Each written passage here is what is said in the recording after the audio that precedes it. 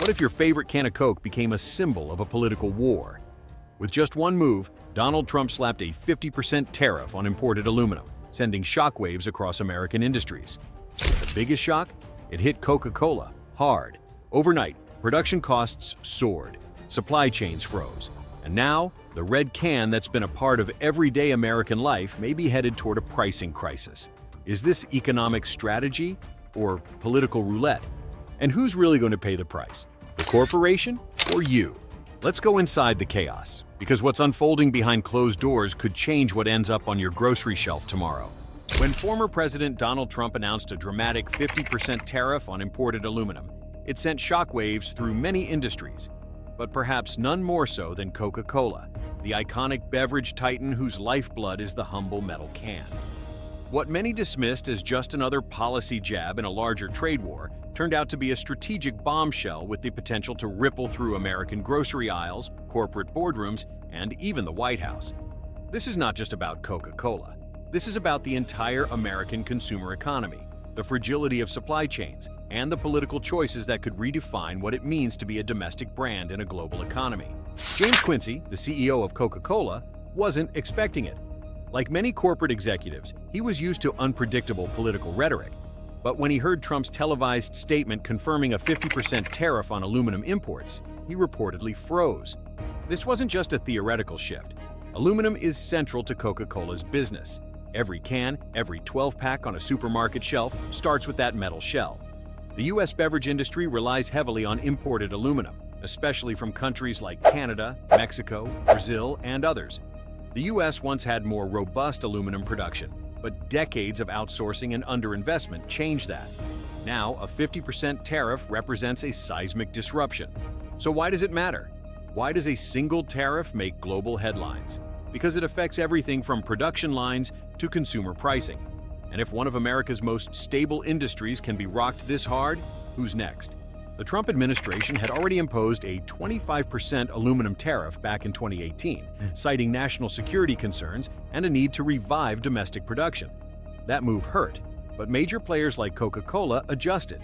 They raised prices slightly, 3% to 4% on average for 12-packs, and attempted to absorb some of the costs internally.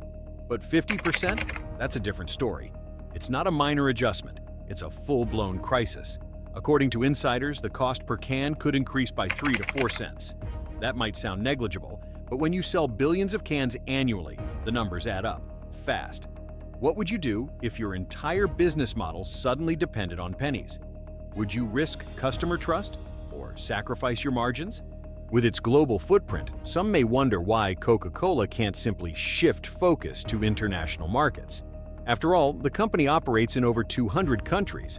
But the U.S. remains one of Coca-Cola's most profitable and strategically important markets.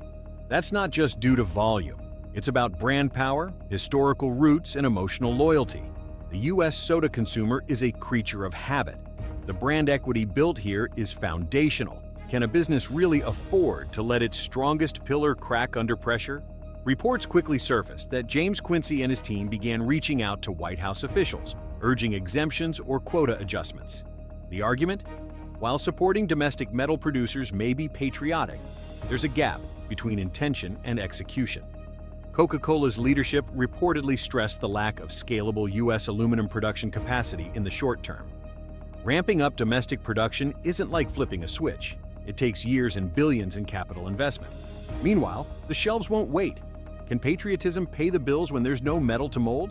In theory, shifting to domestic aluminum sounds like a red-blooded, all-American solution. But in practice, it's a logistical nightmare. U.S. aluminum mills are already stretched thin. Any attempt to meet Coke's demand would spark shortages and send costs skyrocketing.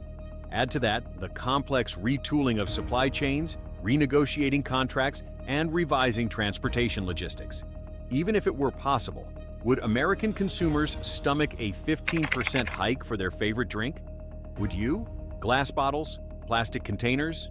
Sure, they exist, but they're no silver bullet. Glass is heavy and fragile. Plastic? Environmentally controversial and politically risky. The aluminum can is lightweight, iconic, and recyclable. It's more than just packaging. It's a cultural staple. How do you swap out an American symbol without breaking the trust it carries? Coca-Cola's supply chain stretches across the globe, from Canada to Brazil to Asia. But today, that web looks more like a trap. Canada is now facing tariff retaliation. Brazil is under trade scrutiny. Gulf states are logistically expensive and politically unstable. Every door is closing. Every path leads to rising costs. In a world this interconnected, can any company truly pivot without stumbling? Now, Coca-Cola is caught in a vice. Raise prices and risk losing customers. Keep prices steady and bleed money. So far, they've chosen a quiet middle road. Small increases here and there, city by city. But how long can that last? If your favorite 12-pack jumps from $6.99 to $9.49 overnight, would you notice? Would you care? The tariff drama hasn't gone unnoticed in Washington. Lawmakers, especially from agriculture-heavy states, are worried. Soda isn't just a drink. It's shelf space, it's shared freight, it's bundled promotions. When it stumbles, other products fall with it. Behind closed doors, both Democrats and Republicans are asking, are we protecting American jobs or punishing American institutions? Some insiders believe Trump's 50% figure is a deliberate bluff. Set the bar outrageously high, wait for backlash, then compromise at 30–35% and claim victory. If that's the playbook, Coca-Cola may be riding out the storm, waiting for a tactical retreat. But each day the tariff stands, the company bleeds. In business, waiting can be the costliest move of all. Faced with uncertainty at home, Coca-Cola is shifting energy abroad. Latin America, Southeast Asia, they're growing. But they're not the US. The American market isn't just profitable, it's symbolic. You can find growth elsewhere, but can you replace identity? Coca-Cola isn't alone. PepsiCo, Anheuser-Busch, Campbell's all rely on imported aluminum. If Coke folds, they follow. If Coke holds the line, they may still be dragged under. What begins as a soda story quickly becomes a supply chain crisis that spans food, drinks, packaging, and more.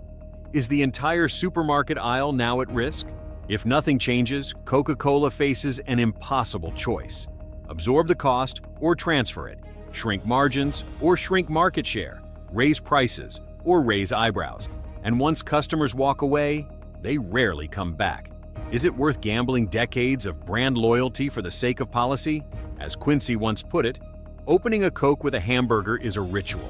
If that ritual becomes too expensive, it doesn't just hurt business, it alters culture. Can America afford to lose not just a product, but a shared moment? In theory, tariffs exist to protect. In practice, they often destabilize. What looks like a step toward independence can spiral into fragmentation. Coca-Cola's crisis is bigger than soda. It's a litmus test for US economic identity. Are we building towards sustainable nationalism or just wading through reactionary policy? What do you think? Should companies like Coca-Cola get tariff exemptions to protect consumers? Or should they bear the cost of rebuilding American industry? Will this trade war revive domestic strength or erode global competitiveness?